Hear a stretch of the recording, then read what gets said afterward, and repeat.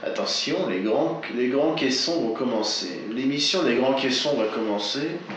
Cette émission est articulée autour de tous ces objets qu'on peut trouver dans les grands caissons. Nous allons commencer par un petit historique sur les grands caissons, si vous le voulez bien.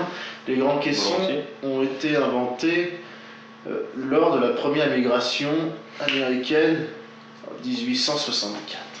Oui, alors c'était des caissons plutôt basiques, enfin, à l'état...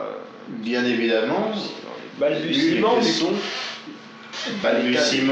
mouvement des caissons, qui n'avait 1864, qui 1868, qui n'avait aucun mouvement à l'époque. Les caissons de l'époque, bien évidemment, n'avaient aucun mouvement, parce que c'était le caisson rudimentaire, le caisson simple, mais à la fois utile.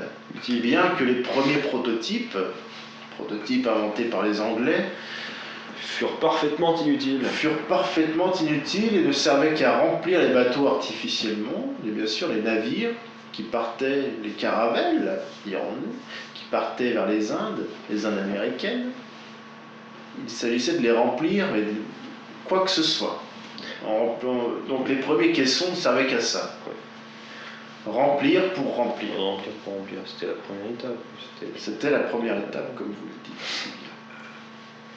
Dès 1868, une première vague de contestation à propos de ces questions de remplissage s'est élevée et tout naturellement et a traversé l'Europe. Bien sûr. Et a entraîné une évolution dans le caisson que nous appellerons l'évolution numéro 4. C'est un Autrichien qui a mis au point le... Tout à fait, vous faites bien de le souligner, c'est un Autrichien, Hermann von Bülow, qui a permis concrétiser le besoin de toute personne de caissons. Les caissons d'alors, ils étaient plus rudimentaires, mais... Et non. L'âge d'or du caisson. L'âge d'or du caisson, vous le situez un petit peu tôt. Il reviendra un peu plus tard. Il n'est pas synchronisé malheureusement avec l'âge d'or des bateaux. Les bateaux qu'on a déjà... Alors on a largement... Non, nous n'avons pas encore inventé le bateau à cette époque-là. Ah si. On n'a pas inventé le bateau. Qui est arrivé le premier? Est-ce que c'est le caisson pour bateau ou le bateau? Je ne sais plus. Non, je crois que c'est ça. C'est d'abord le caisson. D'abord le caisson pour bateau. Oui. Excusez-moi. Excusez-moi. Le besoin de bateau pour caisson se faisant pressant. Voilà. L'invention du bateau est intervenue vers 1870. 2 ans après l'âge d'or numéro 4. Les autres invités vont venir, il n'y aura que nous deux. Les autres invités, je les ai décommandés. D'accord. Je ne sentais pas vraiment d'humeur ce soir à discuter avec d'autres gens des caissons. Oui. Non, je faisais simplement. Je ne sais pas si ça vous dérange. Non, ça ne me dérange pas. Donc, 1868, l'avènement de la deuxième vague, la nouvelle vague numéro 4 du caisson, qui va entraîner dans son évolution, en 1870, l'invention du bateau. Voilà. Autant dire la course folle. À la folie et à l'ouverture au monde, qui permettra plus tard d'inventer le cacao, d'inventer l'arbre, de maîtriser, le soupirail, de dresser et maîtriser le dromadaire, Voilà, un mammifère très très délicat.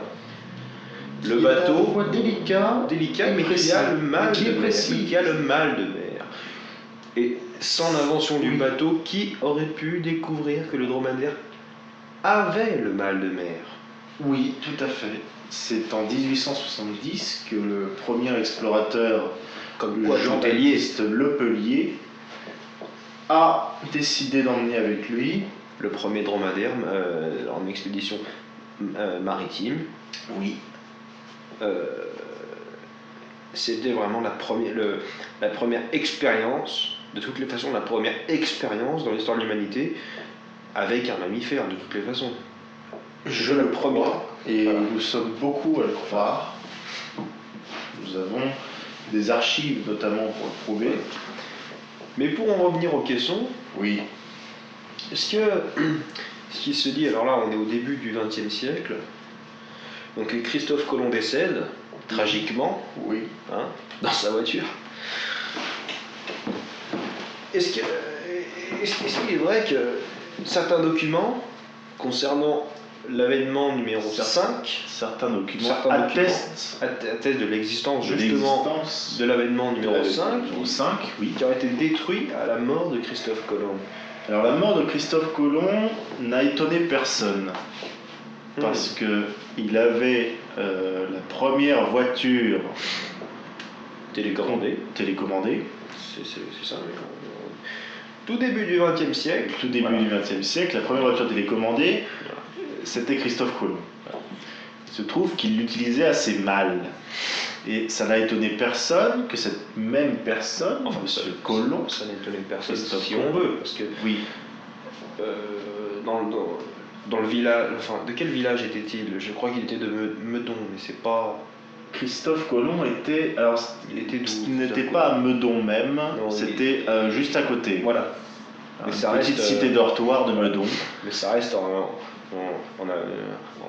Aquitaine, quoi, je veux dire. Ça reste en Aquitaine. Christophe Colomb, malheureusement, a eu un tragique accident avec sa voiture télécommandée. Voilà. Et c'est là où l'épopée numéro 5 a démarré. Enfin, était censé démarrer. Il semble que certains documents Aurait étaient démarré. détruits. Aurait démarré, mais À cause des documents détruits, nous ne le saurons peut-être jamais. peut-être C'est jamais. bien le problème. En tout cas, vous êtes bien sur la bonne fréquence. La fréquence. L'émission, après Numéro cette 4. petite pause jingle, va pouvoir continuer. Alors poursuivons. Poursuivons vers l'aventure, vers l'inconnu, vers le train fantôme. La puissance. Et la puissance. Eh bien, l'émission touche à sa fin. Oui. Merci. Merci d'avoir écouté Merci. dans certains camions et certaines voitures la bonne fréquence. Jingle. Merci. Jingle.